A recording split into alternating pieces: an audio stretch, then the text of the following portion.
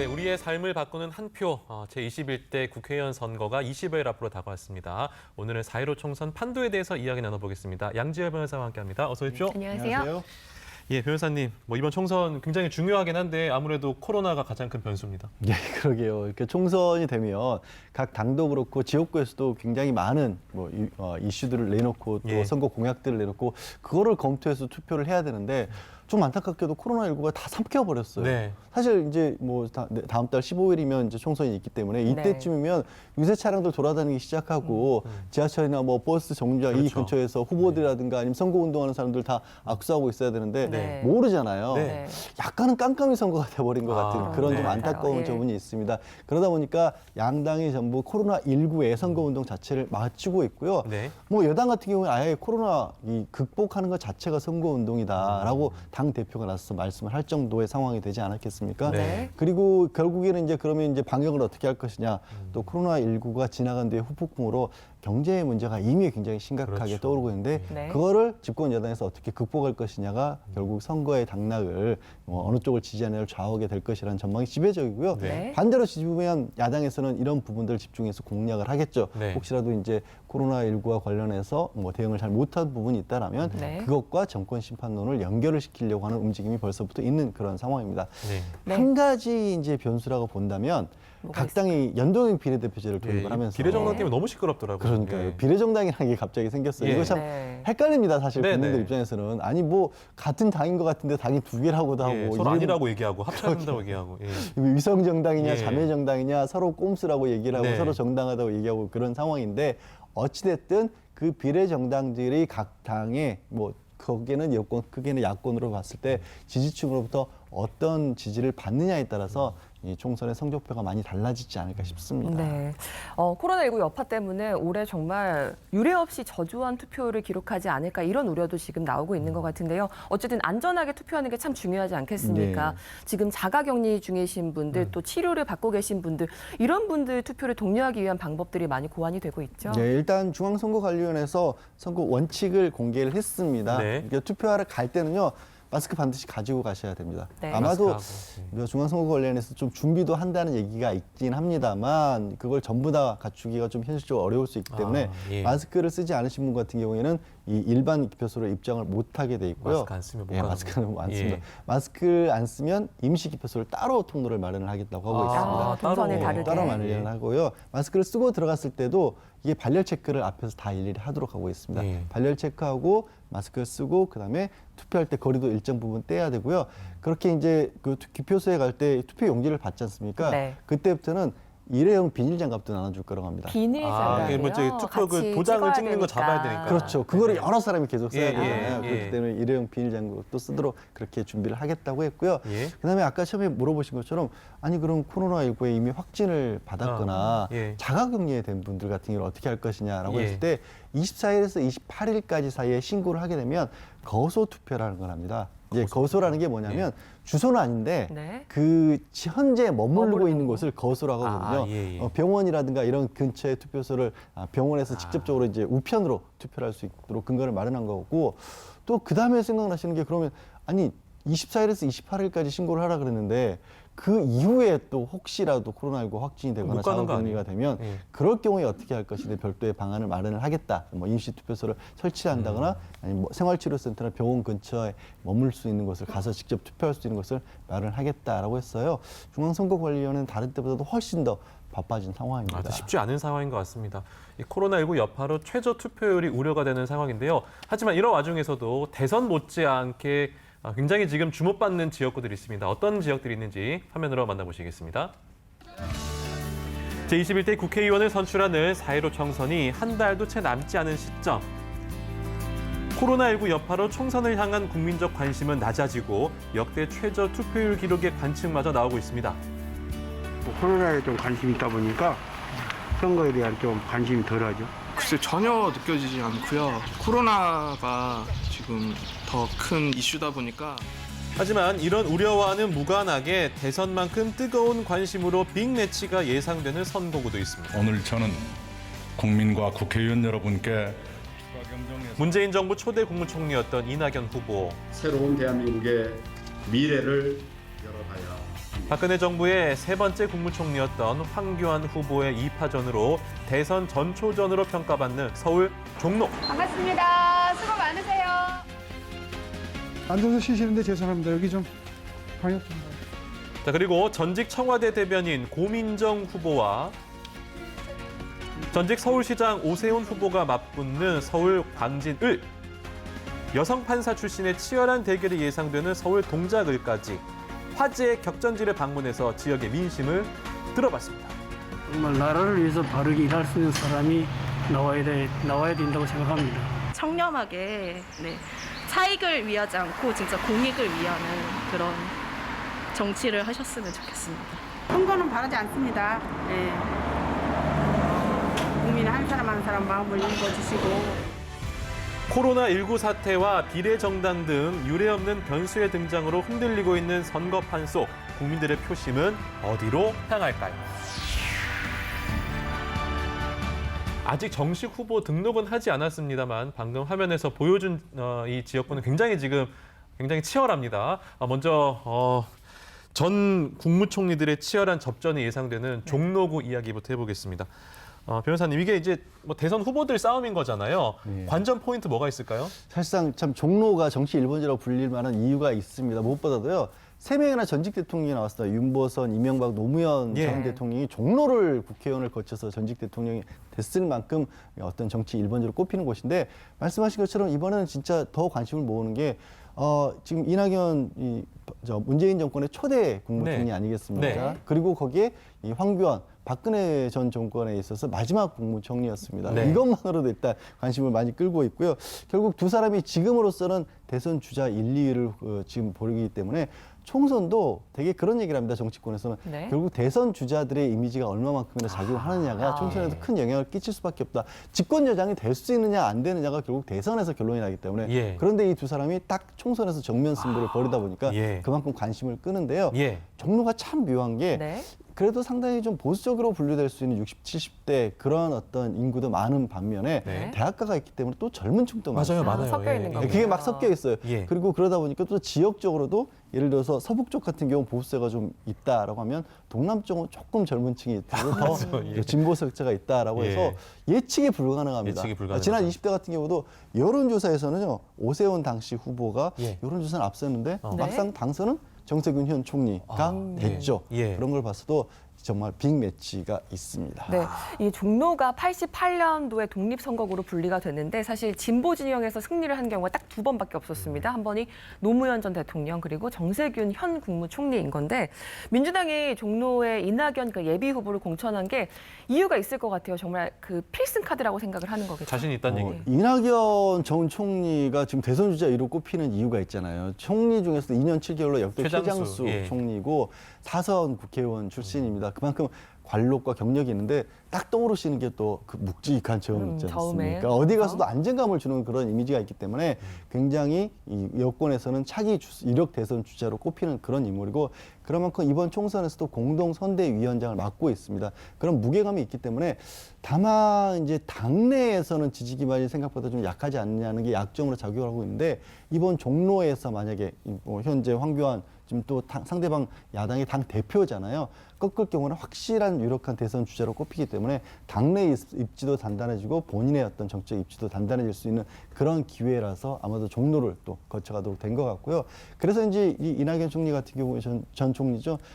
종로와의 인연. 어떤 인연이 있습니까? 대학교가 예전에 서울대법대가 종로에 있었습니다. 아. 그 시절에 대학 시절을 지냈었고 예. 거기에 이제 거기서 공부도 하셨고 예. 나중에 이제 기자로서 오랫동안 활동을 했잖아요. 예. 기자 활동을 할 때도 그 지역에서 특히 뭐 효자동, 부암동, 평창동 전부 그런 곳들이 다 인연이 있는 곳이다를 강조를 하고 계시죠. 알겠습니다. 이낙연, 황교안 예비 후보입니다. 예비 후보, 아직 정식 후보가 아니고요. 네네. 차기 대선 주자로 거론된 인물들인데 이제 이 두 분이 지금 승부를 벌이기 때문에 선거의 분위기에 전반적으로 많은 영향을 미칠 것 같아요. 그럴 수밖에 없습니다. 이게 일종의 공중전 양상이 됐어요. 공중전. 예. 특히 이제 말씀드린 것처럼 코로나19 때문에 다른 이슈들이 잘 안 잡히고 있고요. 네. 공약이 귀에 안 맞아요. 들어요. 그런 상황이다 보니까 양쪽이 다 일종의 대선 프레임을 가지고 이 고공에서의 어떻게 보면은 그 승부가 전체 판세에 미치는 영향도 굉장히 클 수밖에 없는 겁니다. 아까 이낙연 이제 예비 후보를 말씀을 드렸기 때문에 황교안 예비 후보를 말씀을 좀 드려야 될 것 같아요. 황교안 예비 후보 같은 경우 정치로서는 완전히 신인이죠. 다만 과거에 뭐 통합진보당 사건을 해결했다거나 아니면 법무부와 또 국무총리를 거쳤고 박근혜 전 정권의 마지막 총리로서 보수 진영에는 굉장히 그 이슈를 빨리 잡아냈고 그렇죠. 네. 어떻게 보면 그쪽에서의 신인치고는 당 대표로서의 역량 같은 것도 보여줬기 때문에 충분히 많은 지지를 얻고 있는 상황이다 보수에서는. 그래서 이번 선거 자체를 문재인 정권과 이 정권에 대한 심판으로 끌고 가려는 게 이제 황교안 대표의 어떻게 보면 전략이 될 수밖에 없지 않습니까? 네. 예비 후보라기보다는 어떻게 보면 당 대표로서의 그 모습이 더 강조가 되고 있는 거고요.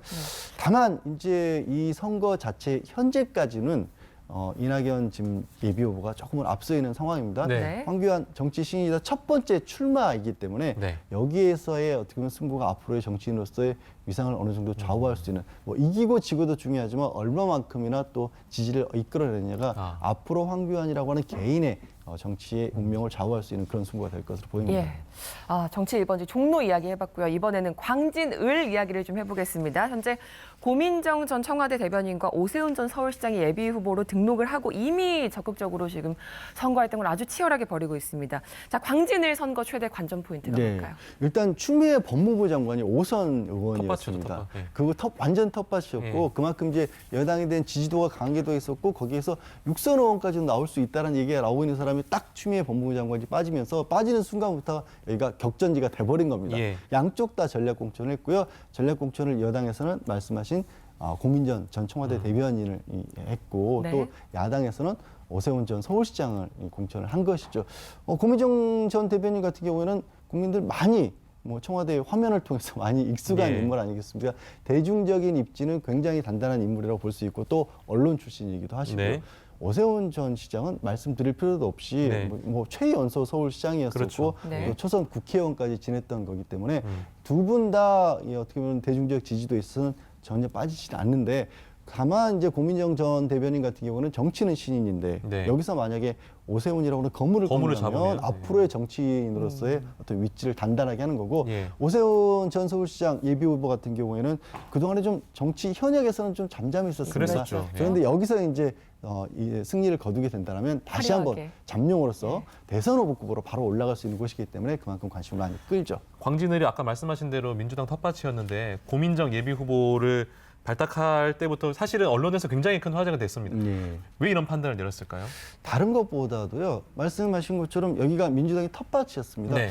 사실 추미애 법무부 장관이 5선 했는데 5선 하는 내리 중간에서는 잠깐 동안 그러니까 이제 노무현 전 대통령 탄핵과 관련해서 그랬었죠. 바깥으로 물러나 있을 때도 예. 그때도 바로 나왔던 여권 주자가 바로 당선이 됐었을 만큼 네. 이제 현재 여권의 지지세가 강한 지역이기 때문에 이곳에 과연 누구를 보낼까를 고민하던 여당에서는 고민정 전 대변인이라고 하는 문재인 대통령께서 가실 뭐 청와대의 최측근이라고 얘기했죠. 네. 국정 철학을 누구보다 잘 이해할 수밖에 없었던 게 늘 전달하는 역할을 해왔기 때문에 네. 그리고 문재인 대통령의 지지율이 지금도 40%대를 정도. 굉장히 높은 지지율입니다. 예, 사실은 높아요. 이제 3년차 대통령 치고는 그런 부분들이 있기 때문에 그러면 이 고민정 대변인을 이곳에 발탁을 해야겠다라고 여당에서 바라본 것인데 다만 그게 네. 이제 고민정 전 대변인 입장에서는 약간의 고민이기도 해요. 왜냐하면 다 나를 바라보는 게 아니라 예. 청와대를 바라보고 여당을 바라본다. 예. 나 개인을 선거운동 기간 동안에 얼마나 알릴지가 이제 관건이다. 그런 말씀을 하고 있습니다.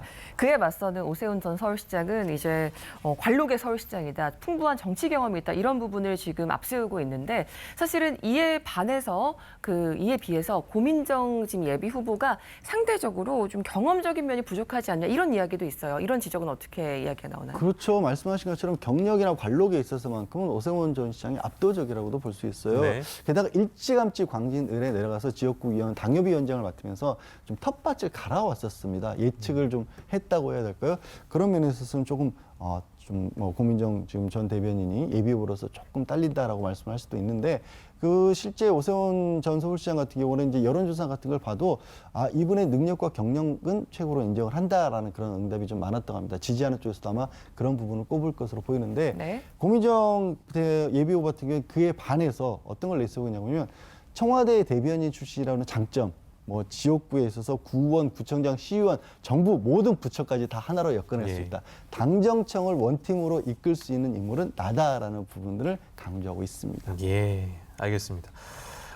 또 한 군데 치열한 격돌이 예상되는 지역, 이 지역도 굉장히 좀 흥미진진한데요. 동작을입니다. 더불어민주당에서는 이수진 전 판사를 공천했고요. 미래통합당에서는 나경원 의원을 공천했습니다.